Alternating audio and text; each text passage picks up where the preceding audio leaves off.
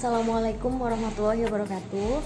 Saya Trifatona. Saya Valentina Wijaya Kusuma Putri. Saya Stephen Teli Gue di Saya Zubair Johamsyah. Saya dari kelompok 8. Di sini saya akan menjelaskan tentang teori hipotesis atau pengertian dari teori hipotesis.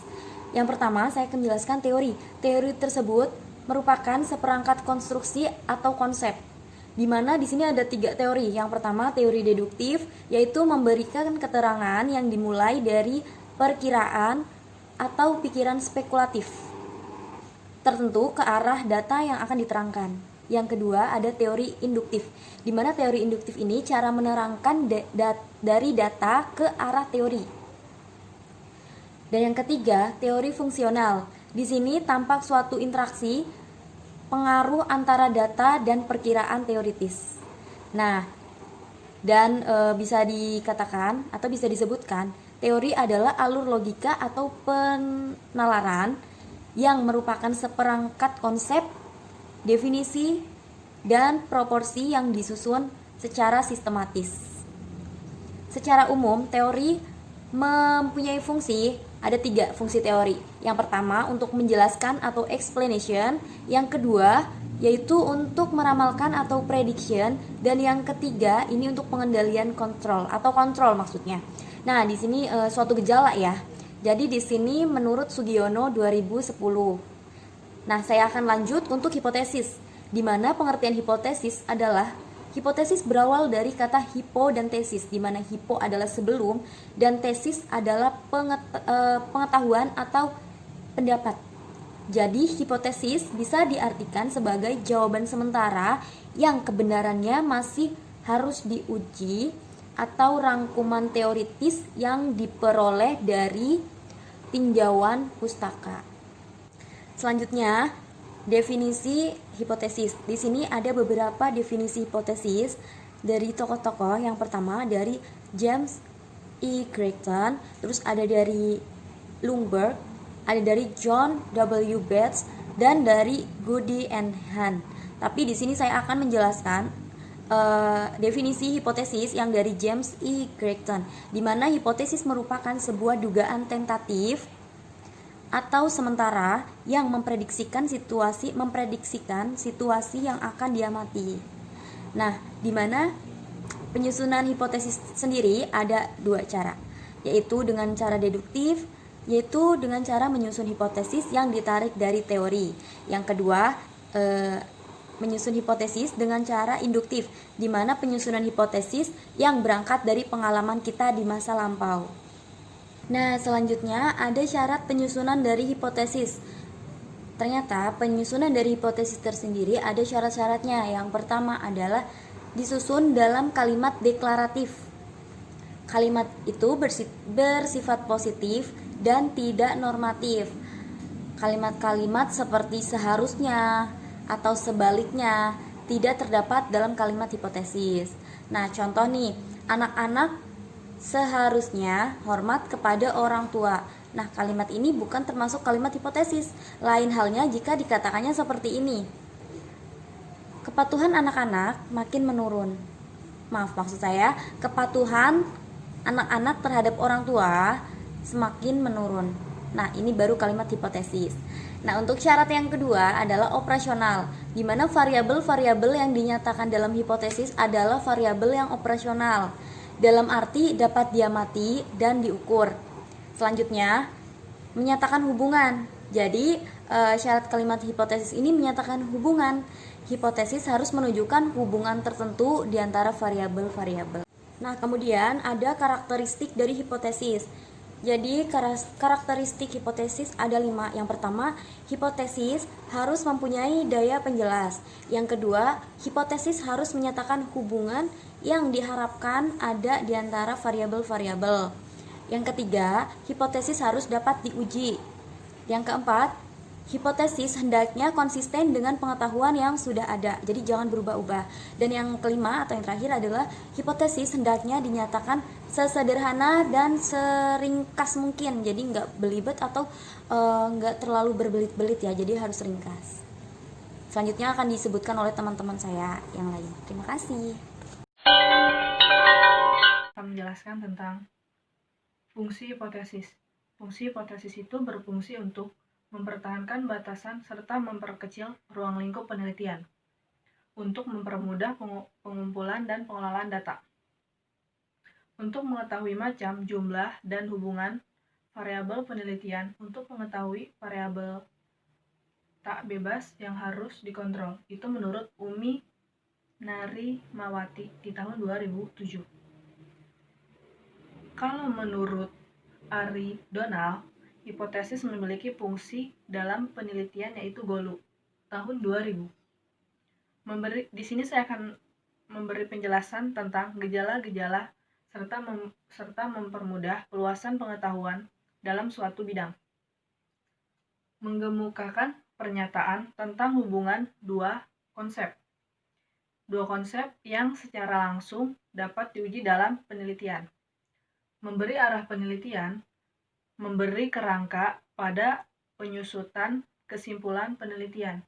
Fungsi hipotesis menurut Profesor Dr. Andes Nasution di tahun 2000 adalah untuk menguji kesabaran teori, memberikan gagasan baru, untuk mengembangkan suatu teori, memperluas pengetahuan, penelitian mengenai suatu gejala yang sedang kita pelajari. Selanjutnya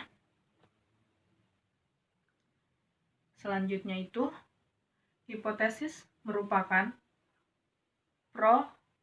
proposisi yang ditampilkan dalam pernyataan yang berupa konsep, namun telah berupa konsep variabel.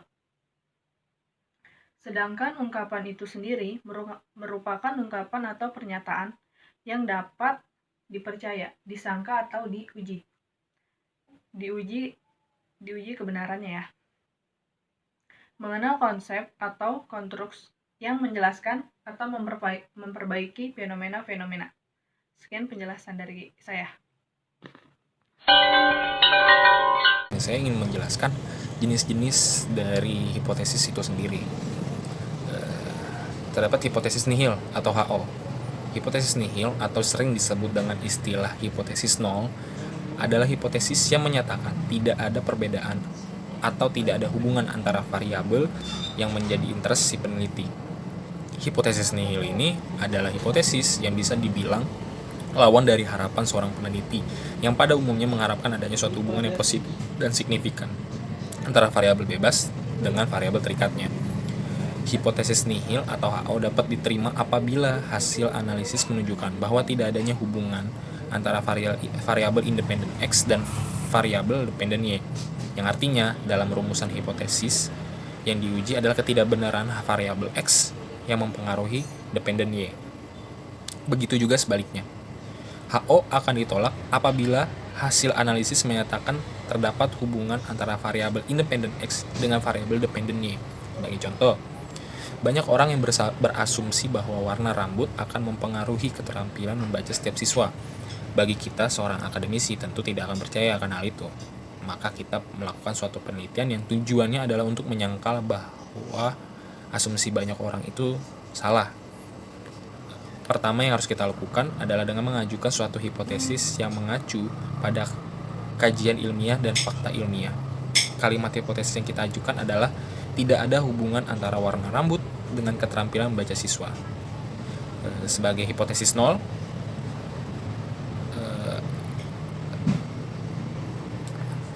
bila pada akhir penelitian ternyata asumsi banyak orang itu adalah yang benar, maka hipotesis alternatif yang diterima. Sedangkan jika penelitian kita yang benar, maka hipotesis nol yang akan diterima, sedangkan hipotesis alternatif akan ditolak.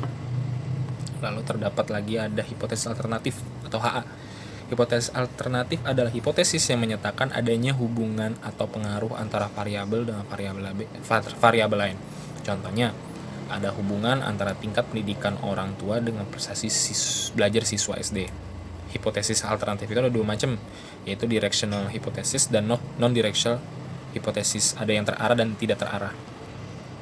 Hipotesis yang terarah itu adalah hipotesis yang diajukan oleh peneliti, di mana peneliti sudah merumuskan dengan tegas yang menyatakan bahwa variabel independen memang sudah diprediksi berpengaruh terhadap variabel dependen. Misalnya, siswa yang diajar dengan metode Inquiry lebih tinggi prestasi belajarnya dibandingkan dengan siswa yang diajar dengan menggunakan metode curah pendapat. Hipotesis tak terarah adalah hipotesis yang diajukan dan dirumuskan oleh peneliti tampak belum tegas bahwa variabel independen berpengaruh terhadap variabel dependen. Frankel dan Whelan menyatakan bahwa hipotesis tak terarah itu menggambarkan bahwa peneliti tidak menyusun prediksi secara spesifik tentang arah hasil penelitian yang akan dilakukan. Lalu macam-macam jenis hipotesis penelitian. Hipotesis penelitian adalah suatu hipotesis yang pada umumnya tidak membutuhkan pengujian secara statistika. Tujuan hipotesis penelitian adalah untuk memberikan jawaban sementara terhadap rumusan masalah yang telah dibuat. Terdapat 3 macam hipotesis penelitian, yaitu ada hipotesis deskriptif, hipotesis komparatif, dan lalu ada hipotesis asosiatif. Nah, hipotesis deskriptif sendiri itu ada suatu hipotesis yang bersifat dugaan terhadap nilai satu variabel dalam satu sampel, walaupun di dalamnya bisa terdapat berbagai kategori. Sebagai contoh kalimat hipotesis deskriptif itu, jika hipotesis 0 itu kecenderungan masyarakat memilih warna mobil gelap. Lalu jika hipotesis alternatif, kecenderungan masyarakat memilih warna mobil bukan warna gelap. Lalu dari hipotesis komparatif adalah dugaan terhadap perbandingan nilai 2 sampel atau lebih.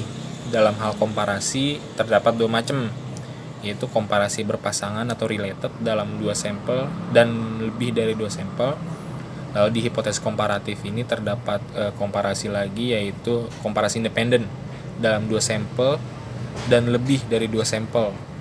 Seperti contoh kalimatnya dalam hipotesis komparatif itu yaitu jika dalam hipotesis 0 contohnya tidak terdapat perbedaan nilai penjualan sebelum dan sesudah ada iklan. Lalu jika hipotesis alternatif terdapat perbedaan nilai penjualan sebelum dan sesudah ada iklan.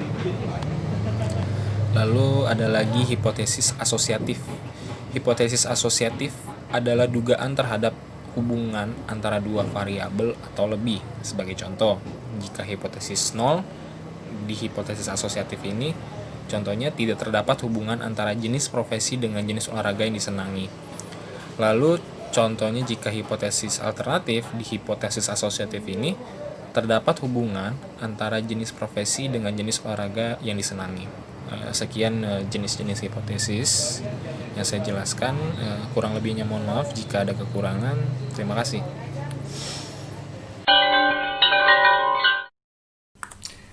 Di sini saya akan menjelaskan sedikit tentang perumusan hipotesis dan pengujian hipotesis ya. Kita mulai aja dari perumusan hipotesis. Hipotesis itu kan terkandung suatu ramalan ya. Ketetapan ramalan itu tentu tergantung pada penguasaan peneliti atas ketetapan teoritis yang telah dibacakan pada sumber-sumber acuan yang telah peneliti lakukan pada saat laha pustaka. Nah, menggali dan menguji hipotesis itu adalah suatu seni ya. Kenapa dibilang begitu? Karena peneliti itu harus sanggup memfokuskan suatu permasalahan sehingga hubungan-hubungan yang terjadi itu dapat dikira-kira atau diterka. Nah, dalam menggali hipotesis itu si peneliti itu harus yang pertama itu mempunyai banyak informasi tentang masalah-masalah yang ingin dipecahkan dengan cara banyak-banyak membaca buku, banyak-banyak membaca literatur yang berhubungan sama penelitian yang sedang ia lakukan. Nah, yang kedua itu mempunyai kemampuan untuk memeriksa keterangan, terus objek-objek juga, sama juga yang berhubungan sama penelitian yang sedang ia lakukan. Nah, yang ketiga itu yang mempunyai kemampuan untuk menghubungkan suatu keadaan dengan suatu keadaan yang lain dan suatu masalah dengan suatu masalah yang lain dengan kerangka teori ilmu dan bidang yang bersangkutan. Terus ada beberapa pendapat yang mengatakan cara orang merumuskan hipotesis itu tidak ada aturan pada umumnya. Nah, namun dapat dikemukakan saran-saran sebagai berikut. Yang pertama itu, hipotesis hendaklah menyatakan pertautan antara dua variabel atau lebih. Nah, yang kedua itu, hipotesis hendaklah dinyatakan dalam kalimat deklaratif atau pernyataan. Nah, yang ketiga itu, hipotesis itu hendaklah dirumuskan dengan secara jelas dan padat. Nah, yang terakhir itu, hipotesis itu hendaklah dapat diuji. Nah, kita langsung masuk ke pengujian hipotesis ya. Nah, di sini saya ngambil dari beberapa peneliti ya, dikemukakan oleh Donald Ari et al. Dalam Arif Burhan tahun 1982 dan Yatim Rianto tahun 1996, bahwa untuk menguji hipotesis itu peneliti itu perlu yang pertama itu menarik kesimpulan, terus yang kedua itu memilih metode penelitian yang akan memungkinkan pengamatan, eksperimen, atau prosedur lain yang diperlukan untuk menunjukkan apakah akibat-akibat itu benar atau salah.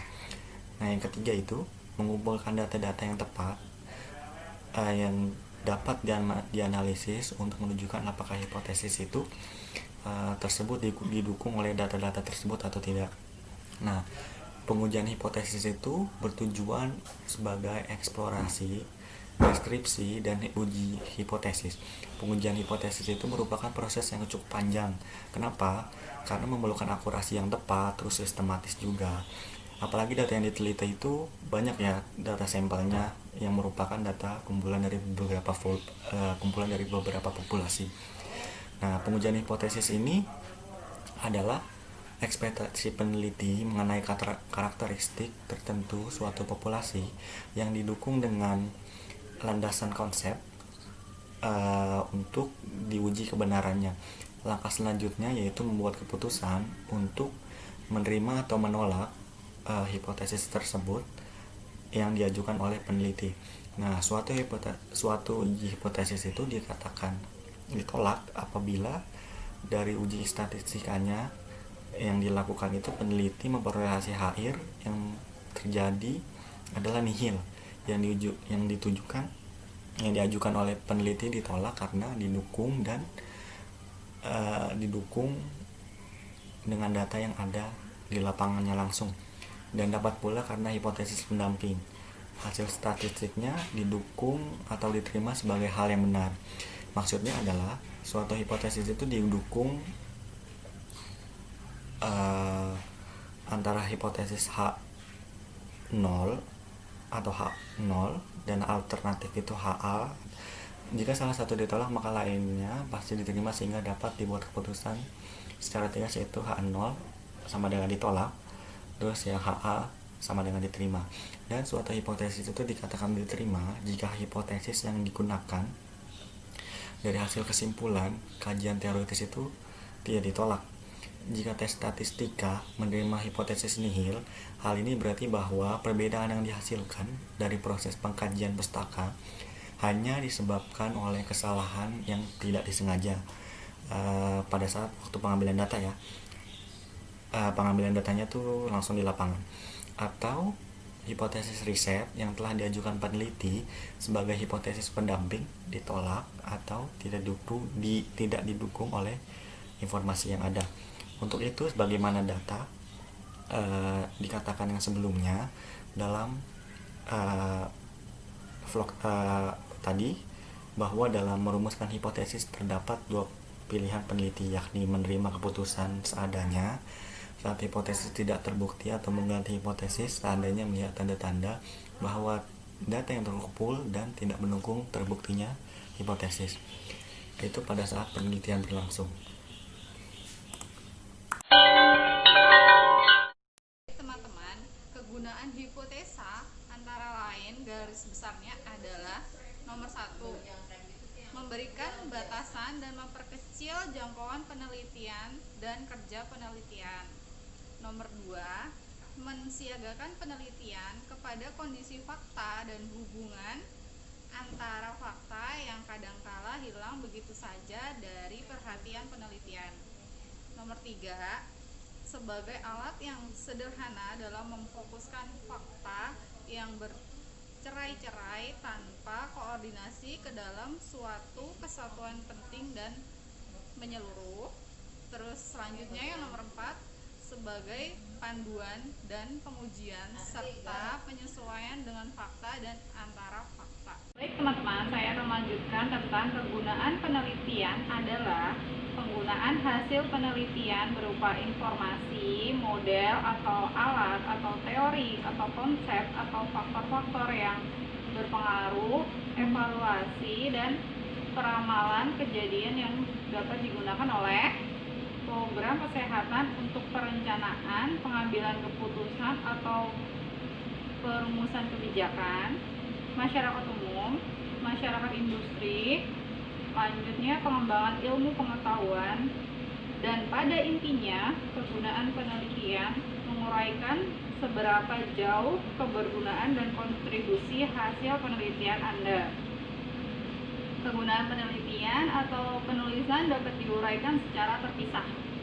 Maksudnya, kegunaan penelitian tersebut dapat diperinci lagi kepada pihak-pihak yang berkepentingan terhadap penelitian Anda. Kegunaan penelitian dapat dibedakan menjadi kepentingan praktis, kepentingan bidang keilmuan atau kepentingan bidang profesi penelitian, instalasi atau organisasi atau kelompok tertentu. Salah satu contoh kegunaan penelitian skripsi mahasiswa yang terbimbing baik adalah nomor 1, bagi lembaga, orisinilitas karya tulis sarjana yang ditelurkan lebih terjamin dan lebih terasakan, mutu sarjana yang diluluskan lebih tinggi dan handal, kegiatan akademik di kampus akan lebih hidup dan berbobot. Yang kedua, bagi mahasiswa, mendapat pengalaman penelitian yang berharga, mendapat pembinaan diri menuju pribadi yang berkualitas, mempersembahkan hasil karya yang dapat membanggakan, dan bagi dosen pembimbing pun dapat menambah penalaran ilmu khususnya pengetahuan terapan, menambah khasanah data dan informasi yang terpercaya, dan yang terakhir menambah tajam wawasan keilmuan dan presentasi akademik. Nah, ini yang terakhir saya akan menjelaskan tentang tujuan penelitian. Merupakan suatu yang selaras dari perumusan masalah dan manfaat penelitian. Secara umum, tujuan penelitian adalah pernyataan jawaban atas pernyataan mengapa Anda ingin melakukan penelitian tersebut. Biasanya dalam penulisan tujuannya adalah sesuai dengan perumusan masalah. Tujuan penelitian dapat dibedakan menjadi tujuan umum, tujuan khusus. Adanya tujuan ini dimaksudkan pula agar apa yang ingin dicapai dengan adanya penelitian ini dapat diketahui dan dapat diukur tingkat keberhasilannya. Definisi istilah dan variabel-variabel penelitian yang bersangkutan mengenai tujuan umum merupakan pernyataan spesifik yang menggambarkan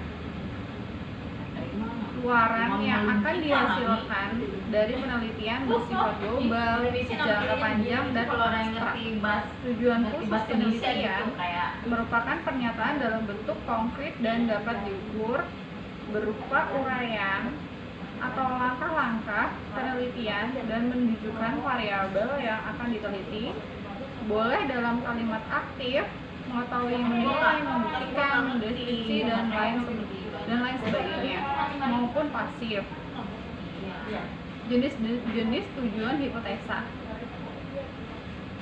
Yang pertama, mendapatkan informasi tertentu. Yang kedua, mengembangkan metode atau alat teori konsep baru yang lebih efektif, efisien dibanding yang ada. Yang ketiga, menilai faktor-faktor yang berhubungan atau berpengaruh terhadap suatu kejadian. Yang keempat, mengevaluasi program kegiatan atau menjelaskan fakta terkait dengan peraturan atau prosedur. Yang nomor 5, membandingkan efektivitas atau efisien biaya pengobatan dua kelompok atau lebih responden. Demikian presentasi dari saya. Ini yang terakhir, mudah-mudahan bermanfaat. Terima kasih teman-teman.